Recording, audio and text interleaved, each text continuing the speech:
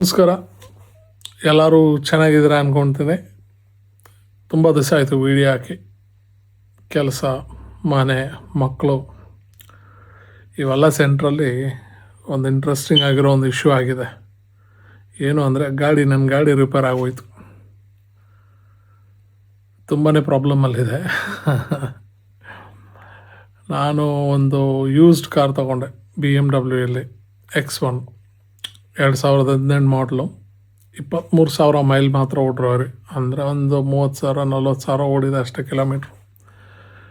London ತನಕ ನಮ್ಮ Indian embassy ತನಕ ಹೋಗಿ ರಿಟರ್ನ್ ಬರೋ ಟೈಮಲ್ಲಿ ಗಾಡಿದು ಏನೋ ಪ್ರಾಬ್ಲಮ್ ಬಂತು. ಒಂದು ಜಾಗದಲ್ಲಿ ನಿಲ್ಲಿಸು, ರಿವರ್ಸ್ ಗೇರ್ ಹಾಕ್ತಾಯಿದ್ದೀನಿ, ಗಾಡಿ ಐಡೆಂಟಿಫೈ ಮಾಡ್ತಾಯಿಲ್ಲ.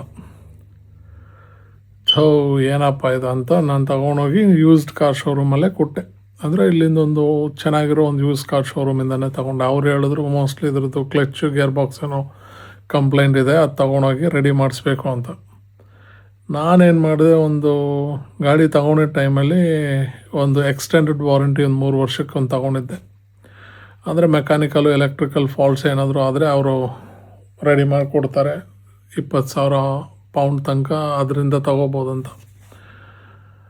ಅವರಲ್ಲಿ ತೊಗೊಂಡೋಗಿ ಕೊಟ್ಟಮೇಲೆ ಅವರು ಏನು ಹೇಳ್ತಾ ಇದ್ದಾರೆ ಅಂದರೆ, ಗಾಡಿ ಓಪನ್ ಮಾಡಿ, ಅಂದರೆ ಗೇರ್ ಬಾಕ್ಸು ಕ್ಲಚ್ ರಿಮೂವ್ ಮಾಡಿ ನೋಡಿ ಅದರದ್ದು ಡೀಟೇಲ್ಸು ಕಂಪನಿಗೆ ಕಳಿಸಿದ್ರೇ ನಮಗೆ ಅವರು ಕ್ಲೈಮ್ ಅಪ್ರೂವಲ್ ಮಾಡೋದು ಅಂತ ಹೇಳಿದ್ರು.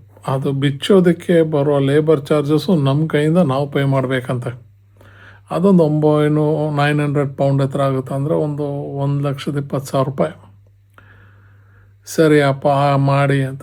ಆಮೇಲೆ ಅದ್ರದ್ದೊಂದು ಕೊಟೇಶನ್ ಕಳಿಸಿದ್ರು. ಆ ಕೆಳಗಡೆ ನೋಡಿದ್ರೆ ಕ್ಲಿಯರಾಗಿ ಹಾಕಿದ್ದಾನೆ, ಇನ್ ಕೇಸ್ ಏನಾದರೂ ಕ್ಲೈಮ್ ರಿಫ್ಯೂಸ್ ಆದರೆ ಅವರು ಅಪ್ರೂವಲ್ ಮಾಡಲ್ಲ, ಗಾಡಿ ರೈಟ್ ಆಫ್ ಆಗುತ್ತೆ ಅಂತ. ಇದರಲ್ಲಿ ಬರೋ ಪ್ರಾಬ್ಲಮ್ ಏನಂದರೆ, ರೈಟ್ ಆಫ್ ಆದರೆ ನಮಗೆ ಇನ್ಶೂರೆನ್ಸಿಂದ ದುಡ್ಡು ಬರೋದಿಲ್ಲ. ನಾವು ತೊಗೊಂಡಿರೋ EMIನಲ್ಲಿ ತೊಗೊಂಡಿರೋ ಗಾಡಿ EMI ನಾವೇ ಫುಲ್ಲಾಗಿ ಕಂಪ್ಲೀಟಾಗಿ ಕಟ್ಟಿ ಮುಗಿಸ್ಬೇಕು. ಈ ವಾರದಲ್ಲಿ ಗೊತ್ತಾಗುತ್ತೆ. ಅಂದರೆ ಇದು ಈಗ 17 ಮೇ 2026ರಂದು ಈ ವಿಡಿಯೋ ನಾನು ರೆಕಾರ್ಡ್ ಮಾಡ್ತಾ ಇರೋದು. ಈ ವಾರ ಗೊತ್ತಾಗುತ್ತೆ ನನ್ನ ಕ್ಲೈಮ್ ಅಕ್ಸೆಪ್ಟ್ ಆಗುತ್ತಾ ಇಲ್ವಾ, ಇಲ್ಲ ನನ್ನ ಕೈಯಿಂದ ದುಡ್ಡು ಹೋಗುತ್ತಾ ಅನ್ನೋದು. ಗಾಡಿ ಕೂಡ 2 ತಿಂಗಳಾಗಿದೆ ಈಗ.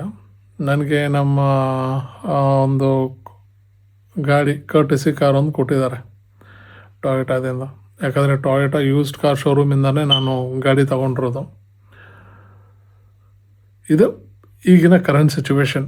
ಇನ್ನು ಬರೋ ವಾರದಲ್ಲಿ ವೀಡಿಯೋದಲ್ಲಿ ಹಾಕ್ತೀನಿ ಹೇಗೆ ನನ್ನ ಕೈಯಿಂದ ದುಡ್ಡು ಹೋಯ್ತಾ ಅಥವಾ ನಾನು ಈ ಗಾಡಿ ನನಗೇನೆ ಸಿಗುತ್ತಾ ಅನ್ನೋದ್ರ ಬಗ್ಗೆ.